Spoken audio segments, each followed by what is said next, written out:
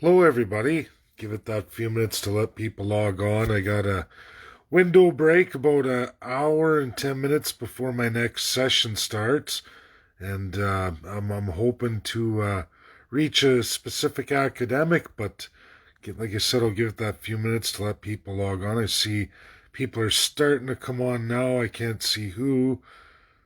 Guess we'll. There we go. We got a like anyway. Whatever's going on, starting to go up in numbers now. Hi everybody. Okay, there's Michelle Poirier. Oh, Kevel, Brenda. Hi everybody. Okay, oh yeah. Yeah, pretty wicked day I had today, I have to say. Before I get into the negativity of Trudeau here, I had a pretty awesome day. It started out with a group of academics, believe it or not, everybody, right from Palestine. And why that's important because through independence, Alberta can easily become Canada's Palestine. And if you don't think we'll be persecuted like that or an attempted usurpage the same way, you're mistaken. I can tell you that right now. But it was beautiful. It was amazing. You wouldn't believe just how good that really went. And the Islamic world, it wasn't just Palestine, whole bunch of Islamic states. I got to share a lot of information and absorb a lot too. Literally today so far has been mass amounts of information exchanged overseas from places. You know what? In any other time in this world of the pandemic, for me on an academic level, I don't think this would ever be possible. There's no way there'd be a virtual sitting like that, let alone to have access to 500 of some of the smartest people in the world. And it started with Palestine, truly wonderful, believe it or not. Went into several Islamic states, truly wonderful, believe it or not. Answers that you guys wouldn't believe, an exchange of knowledge you wouldn't believe. Then we go into Poland, and I had the best of the best just from Poland. One region here that for conservatives and what we're going through with Donald Trump and everything else, if you haven't looked at Poland and Hungary, sorry, there's also Hungary too, you're missing out because I'll tell you, Alberta could take a major lesson from both of those countries, former Soviets who ironed out their constitutions going forward, and they've cemented a lot of what I believe the people of Alberta would want in the opening of their constitution, and how strong those two countries have remained in their values and specifically the culture they established. That's very important for Albertans, whether people want to believe that or not. It's something we have to cement going forward. And those two countries did that. And just amazing academics from those two countries. Unbelievable. Then, of all things, we get into the Caribbean, where I hit the mother lode and it gets into colonialism, goes through one academic, releases a massive push of getting rid of the colonialism. All the problems that we're going through right here in Canada, the regions where we get our myth is Canada and all that, and all people are upset. They know something's wrong with the country. They're just not able to articulate it. Well, welcome to the Caribbean world. And you know what? I've said for a while now, Africa's moved very far comparatively to the rest of the world on addressing these issues. People don't realize, they look at the violent side, what's in the media, but when you sit down with these academics, then you go into the Caribbean, where you have traditionally USA, UK, France, Spain. They don't want to address these issues. They don't want to look at the abuses of something like Canada or many other Caribbean regions, everything else, even the ones that gained independence, are still locked with a privy council, the same terms of a lieutenant governor, a governor general, and orders in council. That all still exists, even though they're independent, because ultimately they did not establish a constitution that gets away from that. And then their executive gets to reign supreme. They have all kinds of problems with their justice system too. Why? Because the executive has overriding authority. It's not just autocracy, it's really autocracy. And it's the same thing about another person putting on that crown that's supposed to be illegal in this world. Russia has a lot of the answers. It's not that USA is the enemy on this, whether Republican or Democrat. It's the fact they don't want to address any of it, even though they have in their own countries.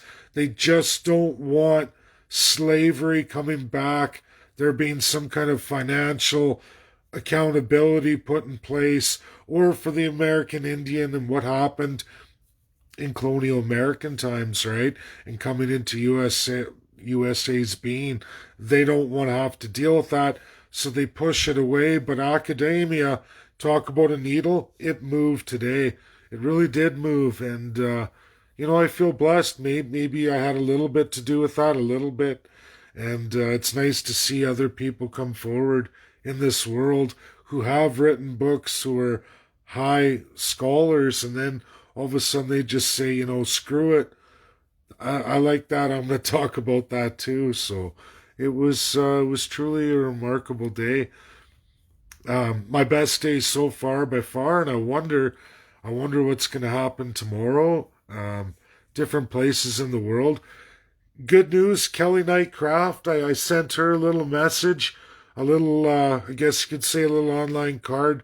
I took Kentucky's flower.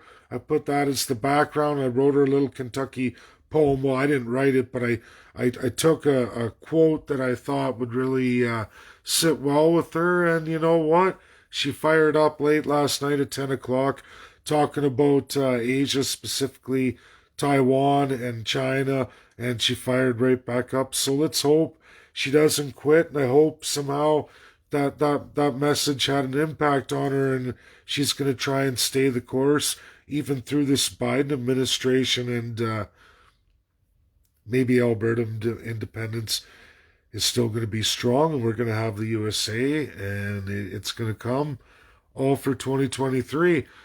So then that's how my afternoon ends, just about 15 minutes ago, and I checked the old news feed, and oh man, Trudeau's live, eh? And you talk about term limits. Canada doesn't have any.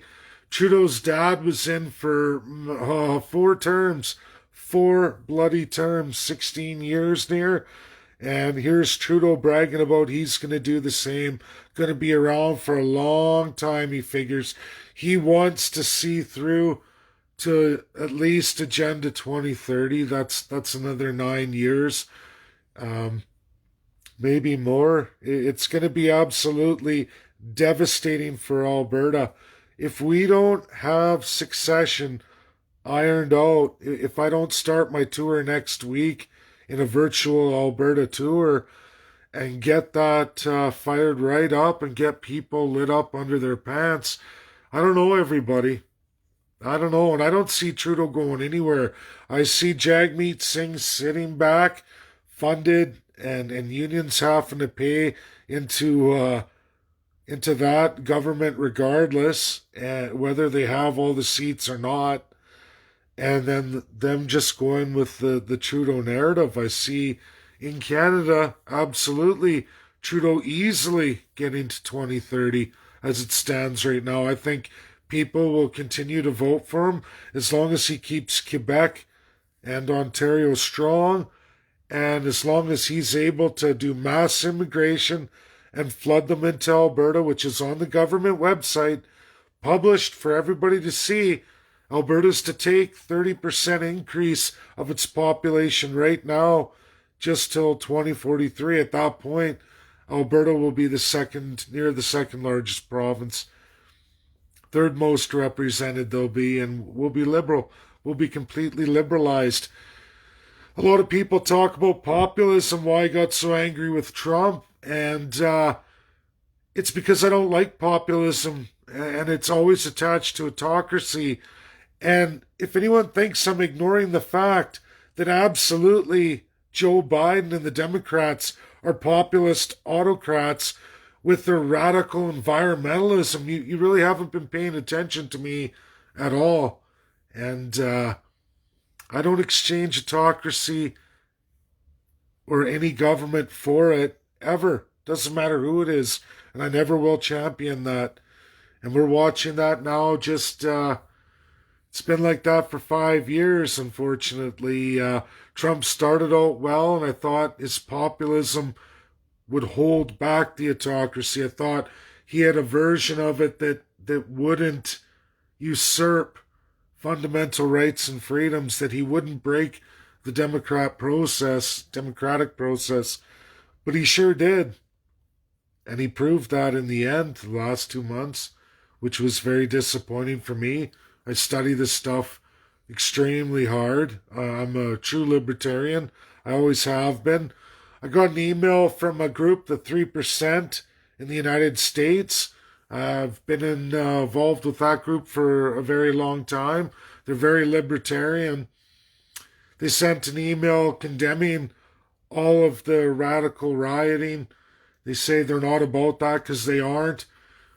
3% and libertarianism is where I got the Oath of Rights and Freedoms. It was the concept I used to promote AIP when I had founded that party, and I used that oath of people's liberties, that at no threat, harm, or expense to anybody else's rights. That's how you get rights, and that's how you enforce them. And you know what, everybody? That includes speech, whether people understand that or not. And I think that comes from the colonial powers that have been bestowed in this country that have absolutely polluted so many people here in Canada. And it's, for my fellow Albertans, it's an education I have to give. I don't want to, be in a world where we go independent, but we're more autocratic. That's not the kind of independent nation I want to see. And I have so much work to do. I have such an education just in the last 3 days. I have unbelievable amount of notes stacked up on my desk. Probably about 50, 60 pages. Then there's all the screenshots of presentations and each academic I went through that I found much interest in. It's so much to go through. It's going to take me weeks just to go through everything, but it's worth it. So those are my updates, everybody. This is something I say, get shared out. You should all share it out. It's important, especially for Albertans and Albertans thinking about independence, because the narrative's going to come on board. And I'm going to tell you, that needle in world academia, especially in the United States of America, has absolutely moved. Whereas just a couple weeks ago, they never would have even thought twice about Canada or the internal struggles inside Canada. They're waking up. They're waking up, and maybe just a tiny bit of that I had a little bit of influence in. What do you think of that? 8 months of work, and that's what it's really all about. In a time like COVID, that's the only thing that's probably been a positive. Is normally I wouldn't have the financial capability of going around the world and meeting these people, and that's the only thing, is a third-class guy like myself can walk in there and at some point talk on some kind of level and reach people that normally wouldn't even have the time of day for me. And it's amazing. And I really have to thank Richard Albert, a guy who an unlikely ally in the world that took me along for the ride, and now I'm kind of standing on my own 2 feet. It's pretty amazing, everybody. Truly amazing.